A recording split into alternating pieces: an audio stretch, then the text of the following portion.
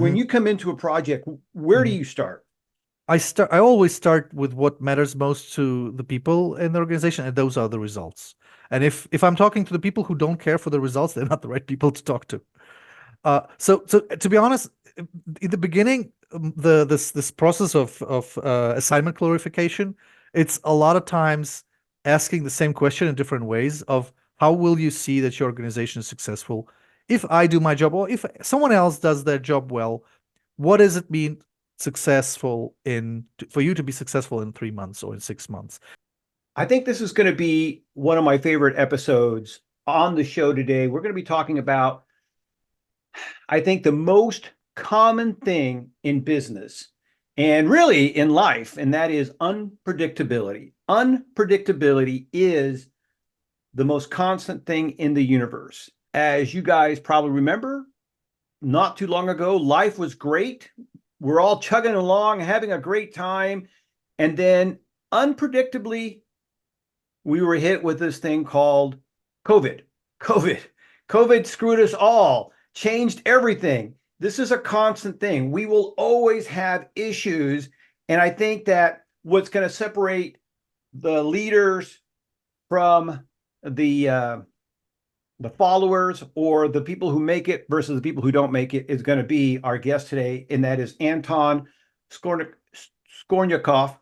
Anton Skornyakov has made a career out of helping organizations manage unpredictability. He is an agile coach, and I'm so just turned on to be digging into this subject matter because unpredictability is really what CEOs, entrepreneurs, do for a living. Anton, welcome to the show. Thank you for having me, Bert. All right. So before we get into this, just give us a quick background about who you are, because you didn't start off as a business coach. So give us your background and how you got from where you were to where you are today. Right. Thank you. So actually my business life started as an entrepreneur. So right after graduating physics and maths, I've started try to start several startups, and some of them were successful, some of them were not that successful as the startup life goes. Right. um I think it's like 15, 16 years ago it started. And in those days, what I've done, I guess, well, was listen to one guy whose name is Eric Ries, who was at that time um, actually just writing his blog, Startup Lessons Learned, and my startups were just following him. And then later he wrote the book, The Lean Startup, and so forth. And what I basically have done was after having built or tried to build my own startups, I started to consult or work with people that I knew because I was the CEO of those startups that I've built. Kind of my network was other CEOs, so I basically helped them because they found something helpful about the way I was thinking about their business models. And at some point, I came along other people that were certified Scrum trainers like I am today, and I realized, oh, those things that I've been kind of trying to figure out of how to teach people, how to explain all those concepts for a couple of years. I realized all of those things, they already exist. They use a little different language, and they are way more in software. But if I just do that, I will be able to learn and apply everything that I'm doing there with much more rigor, with much better tools. And yes, and what I'm doing now is kind of coming back and taking all of the stuff that people are using in the software world and have been honing over the last, I think, 30, 40 years. Because in software, people have to deal with unpredictability all the time. And I think we are dealing with it more and more outside of anything that has to do with software today.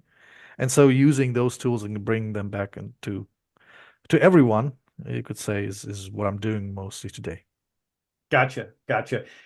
Again, in my business career, entrepreneurial career, uh, is to me, unpredictability is really the sometimes the gift, right? You've seen a lot of companies that will pivot. They will Mhm. they were heading in one direction, and all of a sudden they're hit with something, and that causes a pivot.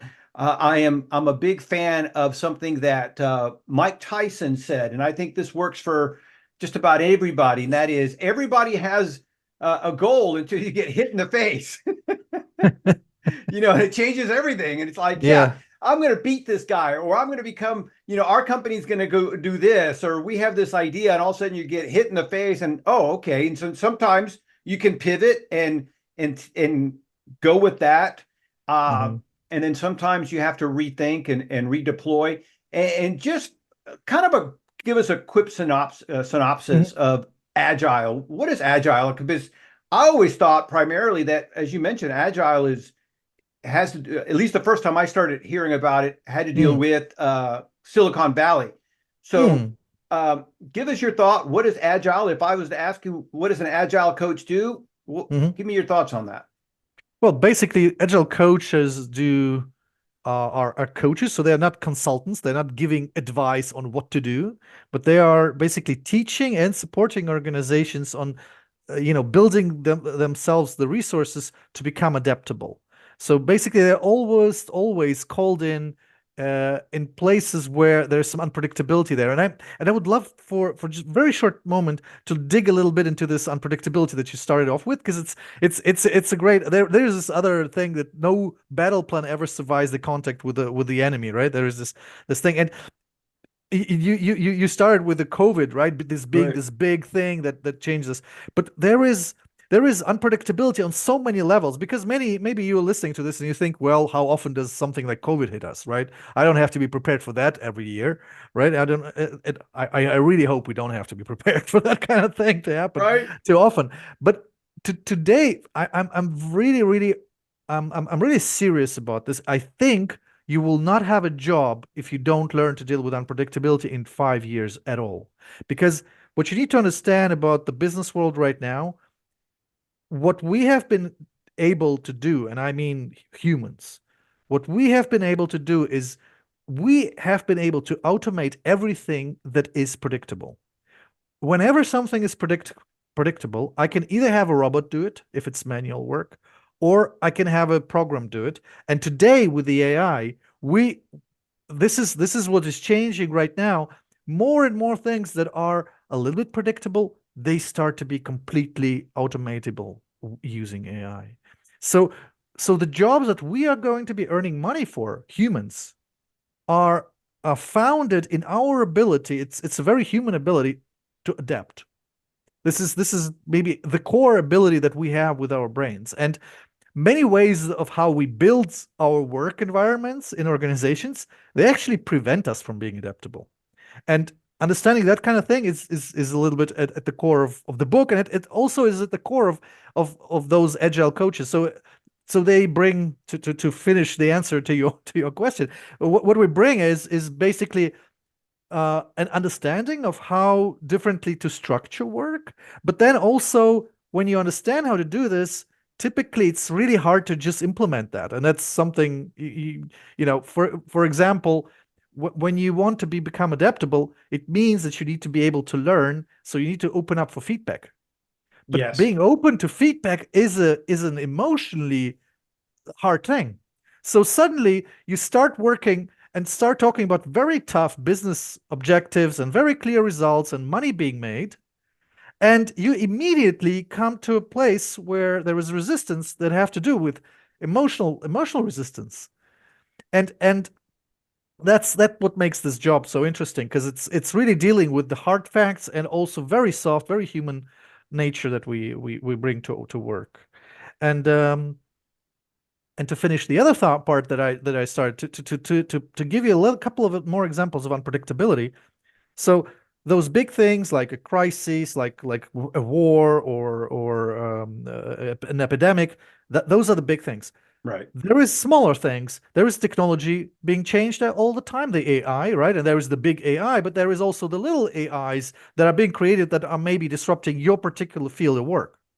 But then there is also smaller things like today, for example, when you're working in a nonprofit or a government organization or a commercial organization, you may decide, well, let's introduce a CRM, right? Because we have people, they're not working as coordinated with each other, so let's introduce that.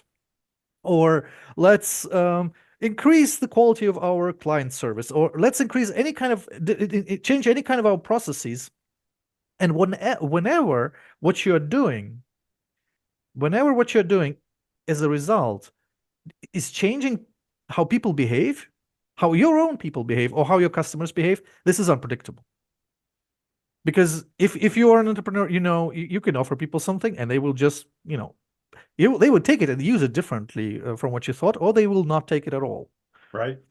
Well, and I think you hit the nail on the head there, as far as probably the most unpredictable thing is our employees. That's would be the first, cohorts that you're dealing with unpredictability. You could have your right hand person, you rely on them, they're super trustworthy, and they do something unpredictable. They might leave for a better offer, they sadly pass away, maybe they betray you. And so this is constant thing, this unpredictability. And I think to your point, you can either resist it, and in most cases, that's a short road to failure, or you learn how to unleash it, or you learn how to pivot, or use it to your advantage.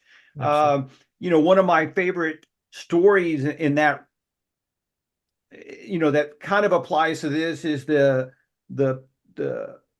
post-it notes, good old post-it notes. And so the team that was working on post-it notes, they were supposed to create a super glue, kind of like Gorilla Glue or whatever it's called, and they failed. And instead, they created this glue that really lasts for a short amount of time, and for years, that failure just was put in the corner. They didn't know what to do with that data until eventually somebody put the two to two together, and now we have post-it notes, and everybody uses them. So that to me is an example of not only unpredictability, but also going with what you have versus resisting it and spending more time and energy trying to develop it. And so, so that's just, anyway, that's kind of one of my examples. Okay, so yeah, it's a great one. I could, if you want to get more examples, like just look at the history of Amazon as a company. Like these guys, they are constantly creating new products and they are killing them, even if they invested $1 billion in them. When they see they don't work, they just divest, they just kill them. And it's and this is one of the hardest things to learn, especially for people who have a background in engineering or anyhow, or have a background in doing work that is predictable. Because there, if you are an expert, you're successful in 99% of times. If you're a professional, when you do things right, when you go to a car mechanic and you say, well, my car is kind of broke down, could you please repair it? You could expect it to be repaired well in 99% of cases, right? But that's not the case when you talk about what you just said, the example of dealing with your own employees. Like imagine your own employees have a conflict with each other. They don't they don't think along with you. So what can you change about your organization so that they start? Well, guess what? Your percentage of the ideas that you're going to have that will be impactful is less than 20%. And that's tough. So if you are used to be having 99% everything working out, to going to somewhere where you expect that if you are good, you have less than 20% success. That's a tough thing to feel, right? Yeah, absolutely. And real quick, you have mentioned your book a couple of times, and so I do want to take a couple of minutes and share the title of the book. And I love the title, by the way, "The Art of Slicing Work: How to Navigate Unpredictable Projects." I just love that, "The Art of Slicing Work." So I want to come back to your book in a second, but before we move on, I want to ask about Scrum. This is something that I'm not familiar with. So give us a quick overview. What is Scrum?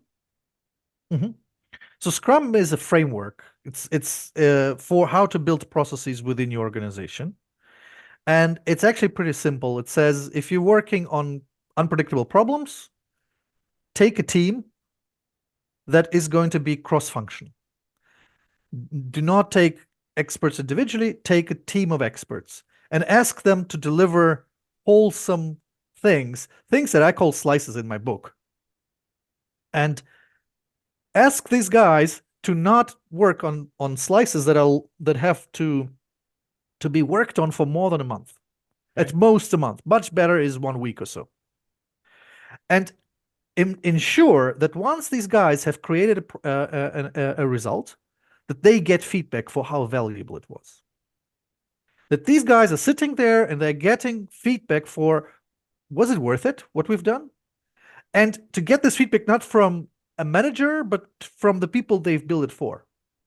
So if you cook a meal, it's the people who are going to eat it. If you build a house, it's the people who are going to live in it, right? And after that, these guys have learned how valuable it was. They have to consult with each other. Now take all this learning and internalize it, and then they try another time. And that's basically the routine that they have. They kind of iterate one result after the other. And those principles behind Scrum are actually the principles behind what I've laid out in my book. In fact, the funny thing is a lot of people think that Scrum is something that is completely in software world, but it actually originated from hardware products. It's originated from 86 paper written by a Harvard professor in the Harvard Business Review. It's called the New Product Development Game, and they looked at hardware products that were developed in those days and that were successful in the market. And they kind of looked at, well, what were the organizations working like as compared to some standard approaches. And they realized that this Scrum thing, I'm not sure that our audience is familiar with the word Scrum. It's actually from rugby. That's what I thought. That's what. Right, it's Scrum is a moment when in rugby the players are trying to figure out which team is going to get the ball, so they're kind of pushing, both teams are kind of scrummed with each other, and they trying to push the other team away. So that's basically the picture. That's the metaphor for them, for the authors of this original paper. This was the metaphor for how well a team works, right? And it was compared to a race where only individuals kind of run their own track. Gotcha. instead of a whole team. Okay, so real quick, the book again is The Art of Slicing, The Art of Slicing Work, How to Navigate Unpredictable Projects. So tell me a little bit about the title. You came up with your own term there, slicing work. How did you come up with this? Actually, it's not completely on my own. It's actually quite a standard term within our within the Agile world. However, it's a skill that is typically, it's kind of assumed. No one really talks about it like it's the skill.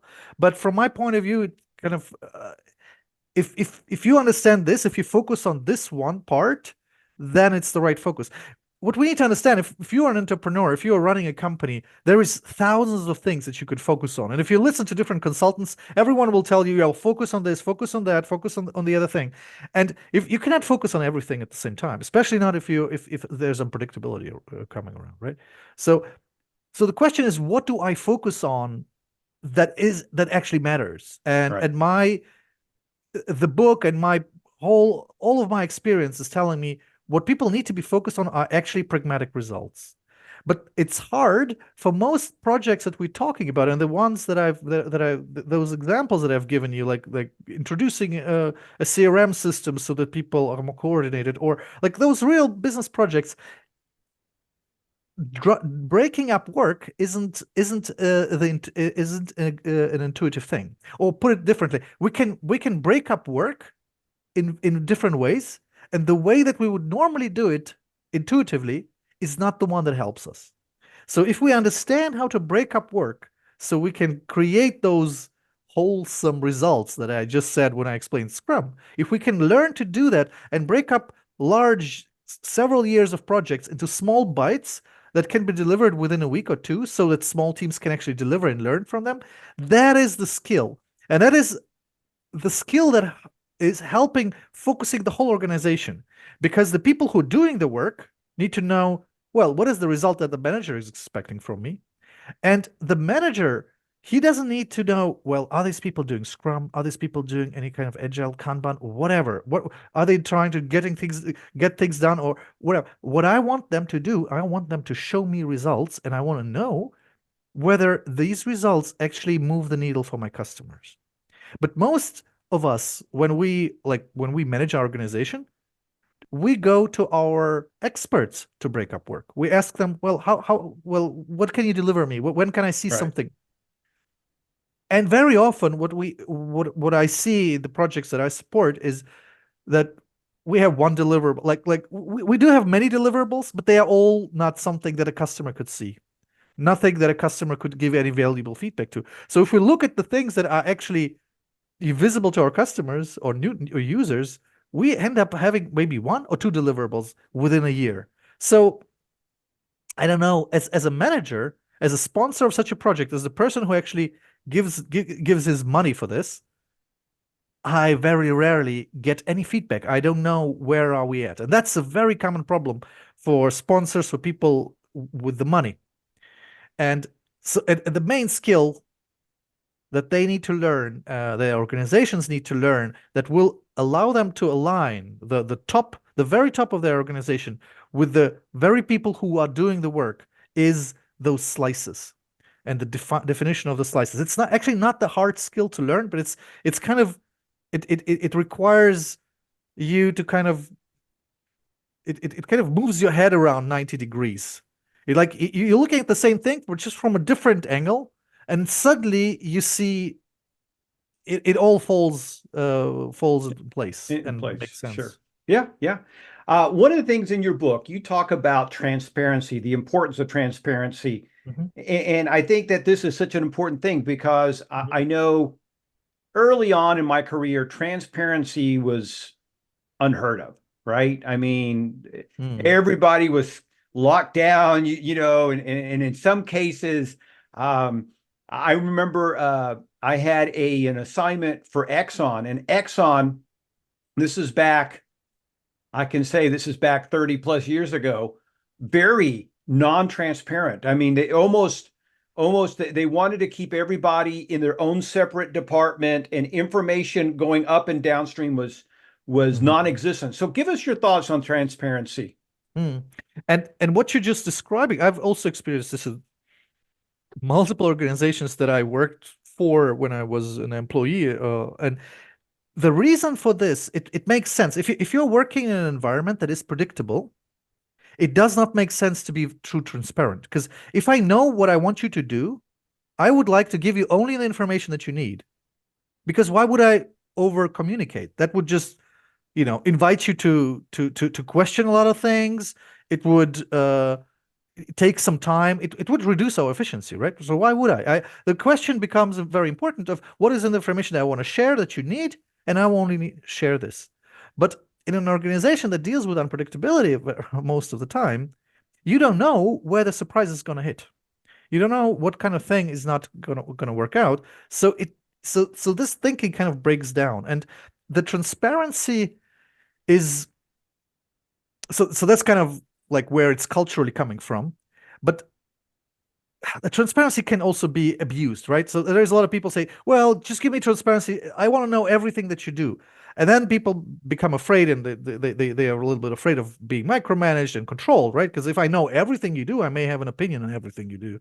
Right. And everyone being in an organization knowing everything everyone else does, well, that's just your brain explodes. So the question is, what is it that we need a transparency on? So what are the things that we want to be really, really honest about?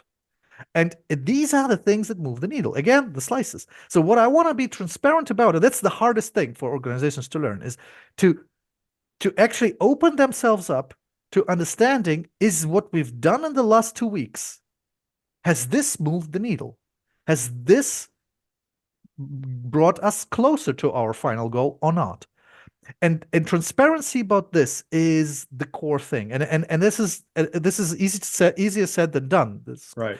is easier created than done. And the main thing, and now actually some of the things that we talked already about come together. In order for this to happen, we need to know what is the little piece of work that we can deliver so customers can tell us something about it. But at the same time, we also need to have those customers close. We need to have talked with them about that. We need to have told them, hey guys, we're going to show you something in 2 weeks, and would really love you to be honest about it. And it's not going to be the full thing that you expect from us. You may not be used to this, but we really need to know, because if you tell us only in 3 months from now, we will have gone in ways that will be just wasteful for you. So the earlier you tell us your honest feedback, the better. And this conversation is really hard to be had, especially in some industries. Some of my clients, they're working in tremendously competitive industries, and they have real serious reasons um, to be afraid that if information gets out, their competitors may use it against them, and all hell can break loose. What these organizations do is they can kind of create kind of pools of people, of organizations that are working with them, that signed NDAs and all that kind of stuff. They kind of create something that I call a feedback infrastructure. So they have to kind of really set something in place so that they can get reliable feedback without compromising their business, in other Yeah, I words. like that. And you're right. That to me makes sense that if it's a very stable environment, transparency isn't as necessary. Uh, in an unpredictable environment, I think transparent. I could see where transparency would be more important. Mhm. And so when you're dealing in these unpredictable environments, besides having transparency, creating these feedback loops, what's the next important step? Well, once you basically, well, there's this picture, right? So those are the three kind of the three pillars of Scrum, you could say, right? So the first one is transparency. The second one is uh, actually using this transparency, so taking time aside to actually inspect and look. And the Okay. third one is to, when you see that you need to change something, adapt. And a nice picture of this, or a nice metaphor for this, is something we all know, is driving a car. Because when you drive a car, the situation on the street is unpredictable. You don't know who's going to participate with you in this process of driving a car, and what's going to be the situation on the street. So no one is ever planning, what lane they're going to take and what speed they're going to run, and just follow this plan no matter what happens on the street, right? So we Right. look. So when we drive a car, actually everything in the car is created, if you're in the driver's seat, is there to optimize the transparency for you, right? You have windshield, you have glass everywhere, you have those mirrors that show you what's going on behind you. You have this dashboard that tells you don't have to do anything. Everything is just transparent all the time. And Right. then what you need to do is, obviously, you need to look at the street, right? Not write an SMS on your mobile phone. That's something, not to do. And if suddenly the person in front of you breaks, then you also brake, right? So you have everything in your control, the wheel, the gas pedal, the brake pedal, and so forth, uh, to adapt, right? And those are the three ingredients: transparency, inspection, and adaptation. And those, when you have an organization that is dealing with unpredictability, what very often, when you like look at this from this eagle eye point of view, very often you have an organization that will have no windshield at all, or the windshield will be just you can't look through it. So there's nothing to be seen. Or you have an organization with a windshield, so people are looking through it, but they could look through it, but they just never looking out. So they always, inside the car talking with each other. No one is looking and understanding what's going on outside. Or the organization is actually doing the two things, but the person understanding what's going on and seeing that they are right now driving into the car that has pushed the brakes in front of them, he just doesn't have access to the brakes, and he has to talk to someone else, and it's going to be a long meeting. And there's other people, they don't have access to the windshield. So is looking at this picture, you can understand easily what can go wrong in an organization. All right. So we have transparency, inspection, and adaptation. Yeah. And so um, we talked quite a bit about transparency. What does inspection look like? Am I taking you? You mentioned it's a 30-day deliverable. So am I inspecting daily? Am I inspecting weekly, or is it just on a per project basis? Well, it depends on how fast something changes in your environment, right? And the faster you can inspect, the faster you can see actual results, the better it is, because one thing that we need to really understand, and that's something that also our listeners may recognize, is the slower you learn, the longer the time, the less you can actually apply what you've learned. So if you imagine, for example, you try to learn something new, you try to learn to play guitar, and this guitar sound only comes 15 minutes after you strung a chord, right? How long is it going to take for you to learn this guitar? It's going to be a very painful process. Like imagine if the sound comes 10 seconds later. It's kind of possible. It's still going to be hard, but in your organization, if what I've done today, the decisions that we've made today, if we get feedback for them at the end of this month, well, maybe we can still remember what we've done there. But if we get the feedback at the end of the year or at the end of 2 years, which is typically what happens with long-term projects, like with project lessons learned done once, there is no chance of learning. There's no way there's any learning occurring. So to your question, what does inspection look like? Basically, the main ingredient of inspection is showing what we've done to people whom we've done it for. Yeah. So if I create a new CRM system, it's the people who are going to be using it. I just put it in front of them and I ask them, could you please find a new client? You should be able to find it within this new system. Can you please do this and try to draft an email to them? And then find an email your colleague has drafted to them. And can you do that? And then you just quiet and you look at people trying out whatever you've built, or you increase the quality of your process of how you care for elderly people in your nonprofit, and you change something about your processes within this week. Well, you need a way to realize to find out, did this week were we better at serving our elderly people this week, and so forth. So whatever it is, you need to get, this is the heart of inspection, to get this honest feedback, to get this reality check for whatever you've done. Yeah, it reminds me of a story of Continental Airlines here in the United States. Continental Airlines at one point was one of the worst airlines, if not the worst airlines. The employees didn't like to work there. They were terrible at delivering customer service.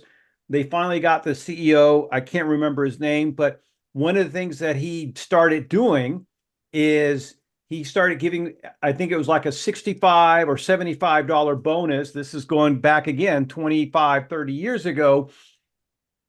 Every month that they had an on-time departure for the entire month, they had a perfect score, everybody in the company would get this bonus. And you're talking about, I forgot how many thousands of employees, but you imagine Continental Airlines. So they were paying out $2, $3, $4 million every month when they, when they hit those targets, right? And so they would inspect as to why it was working, and they would also inspect as to why it wasn't working. And I like your analogy about that 10-second sound delay. If you were trying to learn a guitar and it took 10 seconds or 15 minutes, what a much longer process that would take it. And listening to you kind of reminded me of what NASA goes through when they're trying to communicate with the rover on Mars, and they have, and it's 2 or 3 hour delay. And so you're right. You're moving just little tiny steps. What's the hardest thing about adapting? I think that's a great question, and it so much fits with what the example that you just given from this airline, because this example is illustrating one very important thing, and it's something that most organizations fail at creating. It's basically the same incentives for the people, because very often what we have in our organizations today, what I see is basically, if we have 1,000 people, we will have 1,000 different incentives. So they will have had different people they talk to, and then it will have different yearly goals. And then we have an organization with 1,000 people where everyone thinks, well, if I, can manage that this plane is booked well, then I will get my bonus. And the other person thinks, well, I will get my bonus if this plane is technically in the best shape, and the other person thinks that she'll get her bonus if every passenger in the plane is well fed or something, right?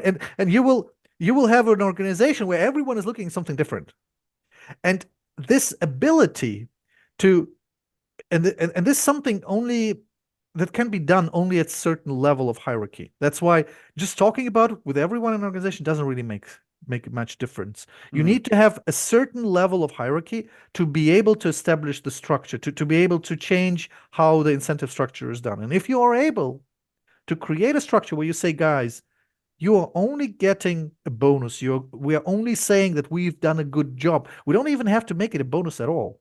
It's just about what do we consider being a good job done, right? And if we're saying you've done a good job if we're all on time, if I don't know, we've saved that much kerosene this year, this, Right. but we all together, then what you are doing is, people maybe get confused. They say, well, but how can I influence this?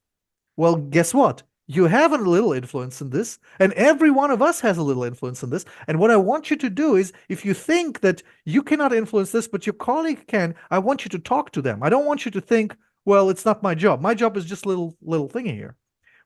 And this is the hardest part about adapting. This is the hardest part about organizations creating the. You need to create. You need to take the step of asking people to be responsible for the whole result as a group. And if you do this step, I assure you, you're gonna have you're gonna have a multiple times the productivity that you had before. But you need to do this. If you take this step, you will get there. Yeah, I love that. I love that. Okay, so when you are taking on a project, Mhm. and I don't know what your framework is. Mhm. What do you start looking at? Are you looking at key ways that this organization is communicating, and or are you trying to identify unpredictable areas of a project? When Mhm. you come into a project, where do Mhm. you start? I always start with what matters most to the people in the organization, and those are the results. And if I'm talking to the people who don't care for the results, they're not the right people to talk to. So to be honest, in the beginning, this process of assignment clarification, it's a lot of times asking the same question in different ways of how will you see that your organization is successful if I do my job or if someone else does their job well, what does it mean successful in for you to be successful in 3 months or in 6 months? What does it look like? And what I focus on are the results that this organization delivers to their clients. And once we have established that in many organizations, they're very clear that this doesn't take that much time. So many organizations, especially if you talk to the CEO, if you especially the higher up of the hierarchy, you talk to people. When you speak to the founders, they are typically very concise and very clear on this, because they have to, they have to pitch it to stakeholders. They cannot, be fluffy about that. But then the second step is to ask ourselves. And I can give my own input for that, but I'm rarely an expert in their field. So I would ask them, what do you think? Like, imagine you failed on all possible accounts. What are the different things that failed in 6 months? What are all the different things that you can imagine that have failed? And typically, what we'll collect there is a list of maybe 5, maybe 10 different realistic risks that can actually occur. And all these risks are connected to most of the time they're connected to many different unpredictable factors. And having that, we kind of already established what are the results that we want to have. And the second step is what are maybe our kind of impediments, right, or the risks. And the last step is now is to ask ourselves, so with what intermediary result could we prove to an outside person, not just to us, that because inside we all like our ideas and we all are in love with our ideas, but what result could really prove to us that the risks that we've just said that exist isn't there? How can we, what result would prove to us that this risk isn't there? So if it is that we are, changing some processes to ensure quality, and we think that maybe the new quality processes, no matter how great we think they are, our people just won't use them. Right. We'll set up. If that's a risk, we can think, well, how about us, trying to, think about the most difficult things for the people to change and implement one change in half a month, in 2 weeks, and just see, will anyone, will people go along with it? And if people do, we know that's not a risk anymore. Right. So and suddenly by creating those results that prove to us that the risk isn't there anymore, we start focusing on those slices. Those are the slices, those results that actually deliver value, diffuse risk, or actually show us that we can make concrete steps. Those are they're kind of the cornerstones of the new structure. And from there on, we can ask ourselves, so who are the people who could deliver such a result? And then we come up with those with a cross-functional team. We can ask ourselves, how fast can they do that? What do they need for this? Then we may create the environment. All of those questions, they kind of, again, fall in place once we focus on the real results. And the results, they come from those final results of our organization. One of the things I was going to ask you, and I think you answered it, because I was thinking, one of the challenges with making changes in any organization is that making the change itself is unpredictable and it causes anxiety. And so I was going to ask you, how do you prepare people for those anxieties? But it sounds like by making these small steps, instead of coming in and saying, hey, we're going to change these 10 things, maybe you come in and you do that one change, see how people react. As you said, get them comfortable realizing that they can be successful with this change. That's got to be one way of reducing those anxieties. Absolutely. I think it's a brilliant way of doing it. Yeah, absolutely. And there is nothing more, when I look at the amount of people who resist in the first moments, right, when any change happens, as compared to the amount of people who resisted changing after they've seen some actual results happening, this is uncomparable. Like in the beginning, maybe 80% would be resisting, but never more than 10% in the end. Because when you actually see a result, you typically, people have worked in an organization for so long and they've seen so many change initiatives, they know that they are a lot of them are fake. right. So when a new guy comes in and says, well, we're going to change something, well, there is no trust there. But Right. if you see actually something changing, and you'd say, well, guys, look at what we've done, just a month ago and what we're doing now. Can you see how it's better? And even though it was painful to get here, and even though it's not complete or perfect, but can you see the difference now? And you need to actually collect the data to show it. Now, but once people see the differences and once people understand that the painful process of change has actually led to something useful, the amount of people who are still in resistance who are still resisting it is way lower. And if you can chunk this whole change down in little pieces, that is exactly what is making it easier. There are a couple of more strategies actually. The one thing you need to really do is you need to start with volunteers. So I don't like that. that's a really important, very small tool, but really you need to always start with volunteers, because you say, hey guys, we're going to change this about our company and we need this kind of skills for that. Who'd like to join? Right. And you will always have some people in the company who are fed up with something that's not been working for some time, and some people who are just comfortable or who have other things in their lives that they want to be paying attention to, so they don't want this change, and that's fine. But as long as you start with the people who actually who want to volunteer, that's very often a game changer. No, I think that's one of my biggest takeaway from today's show is that asking for volunteers. If you look at any large successful software company, that's what they do. They ask for volunteers. They call them beta testers, Who wants to Mhm. volunteer? And they set it up for success. Hey, this is going to be this, and it may be difficult. And as you mentioned before, it's not 100% finished, but we want you to test out this section here or this module or whatever. Give us some feedback.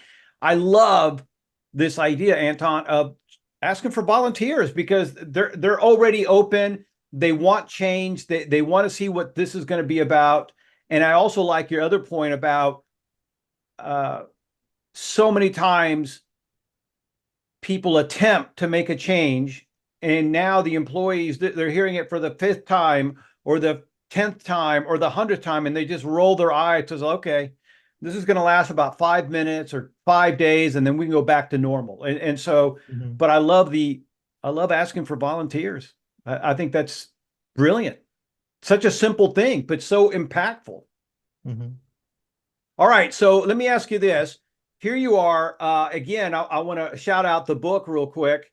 Um, the book is The Art of Slicing Work. I just love that. The Art of Slicing Work, How to Navigate Unpredictable Projects.